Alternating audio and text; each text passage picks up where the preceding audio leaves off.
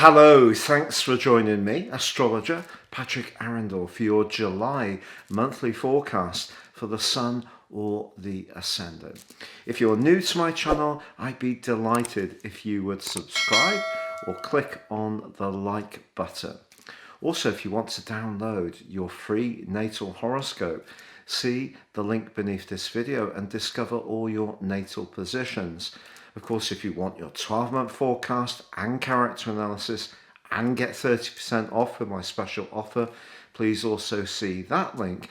And finally, if you want to sign up for your free daily horoscope, which will go through to your device each and every morning, please also see that link too. But that brings us to this month. So what does July hold in store? Hello Aries, and welcome to your July monthly forecast. Well, it's certainly an action-packed month, that's for sure.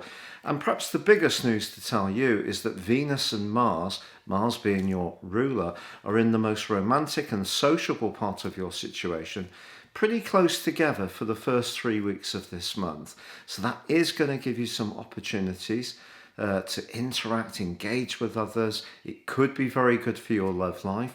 But as the month begins, the Sun is in the more reflective sign of Cancer, which is very much about your home and your emotional situation. But on the 2nd, there is a quarter moon in your sign. You could, over the following week from that point, get a bit frustrated if something you want to achieve from your viewpoint to mould a situation very individualistically, it may need to take into account the needs of those closest to you, and they may not necessarily want exactly the same things. But also, the first 10 days of this month does see a glorious link between the Sun and also Uranus in your sector of resources. So surprise changes around where you live, or you can be quite inventive around your home situation. So that could see you using your home as a place of work imaginatively, selling things off that perhaps no longer are helpful to you, but giving yourself some unexpected income. Or someone close to you can be very generous, but do so in a way that you're not expecting, which can be absolutely delightful.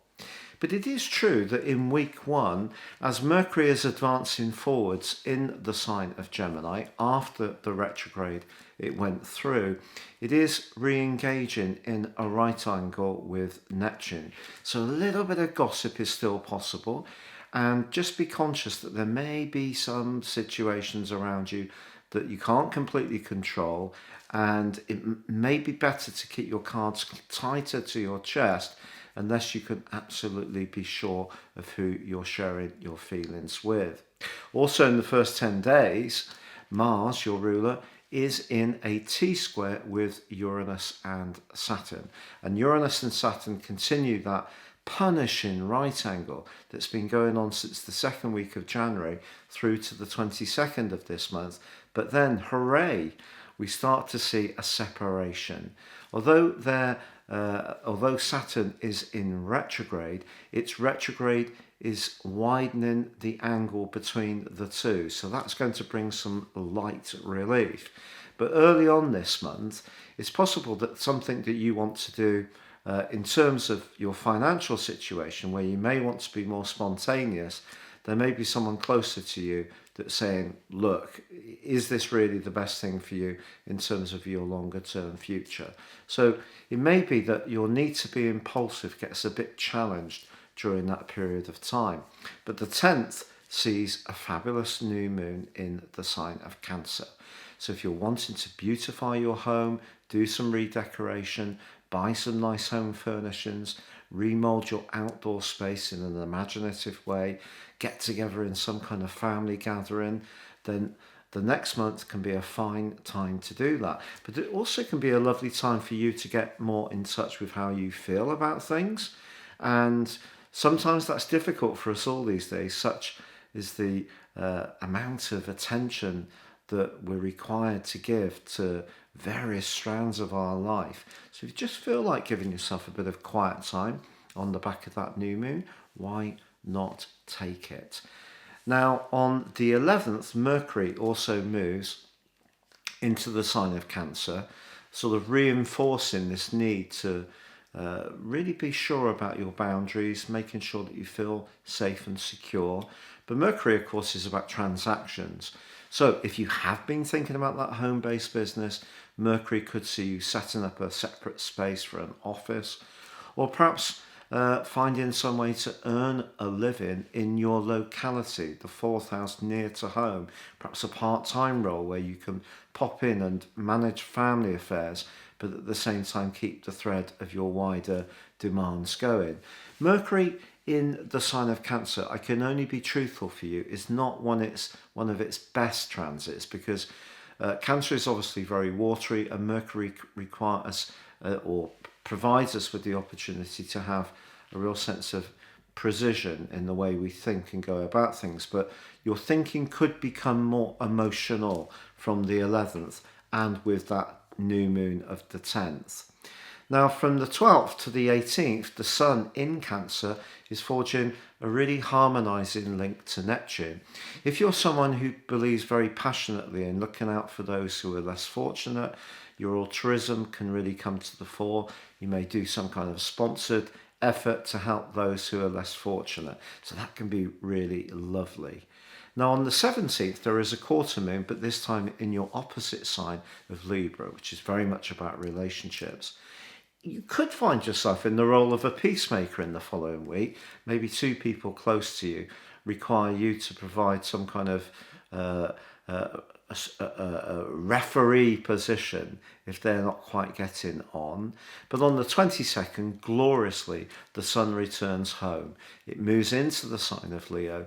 This is where it's at its best, and this is fantastic for you because this shares your fire triplicity. So it's much more outgoing, it's much more energized than the Sun moving through Cancer, which is more about feelings. And also on the same day, it's a big day, the 22nd, because Uranus and Saturn end that square. It's not coming back until the last 5 weeks of the year, which is something we can all be very relieved about. But also Venus moves out of the glamorous sign of Leo, just as the Sun arrives, and moves into the practical one of Virgo. So when it comes to your relationships, although Leo gives you a push to be more sociable and interactive, Venus is saying, how can I help? So in any relationship situation, trying to be as obliging as possible, but perhaps particularly at work, can be very good for relationships.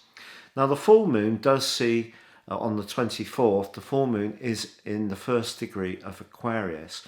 Now, it's forging a semi-sextile with Jupiter in the sign of Pisces, but that returns back into the sign of Aquarius on the 28th, because the retrograde from the middle of June is ongoing, and that sees Jupiter return to Aquarius, and it's going to be in Aquarius now through to the last 3 days of the year, last 3 days of 2021. And for you, Jupiter being in your 7th house is really helpful, particularly as I have to say that Saturn is going to be checking Venus and Mars in that conjunction earlier on in the month, and that may see you having to make some decisions about managing your time.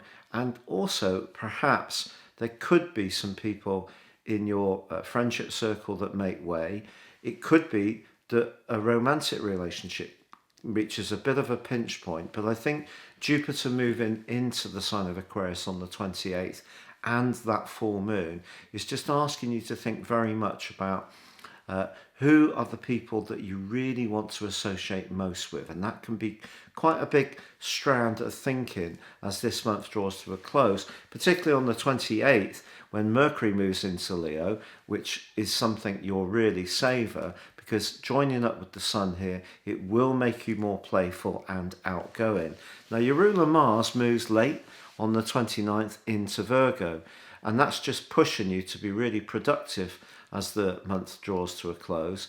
And if you are thinking more about going away on holiday, or you're making plans to do so, I think you'll be very keen to try to step up your fitness activities so that you're as as beach ready as you can be if that's something that drives you. So this is a month where really the first 2/3 of it are very much focused on feelings, but with some potential for play and interaction with others, whether it is in a romantic context or it is more sociably. But I think how you feel is going to be the key to those relationships. And Saturn opposing Venus and Mars could make you think twice if there's someone you like, but you don't really see that you could ever feel truly comfortable with them. And then later in the month, it's much more outgoing and also practical. So if you have good ideas, it's how you can turn them into something that can be of some kind of tangible benefit to you.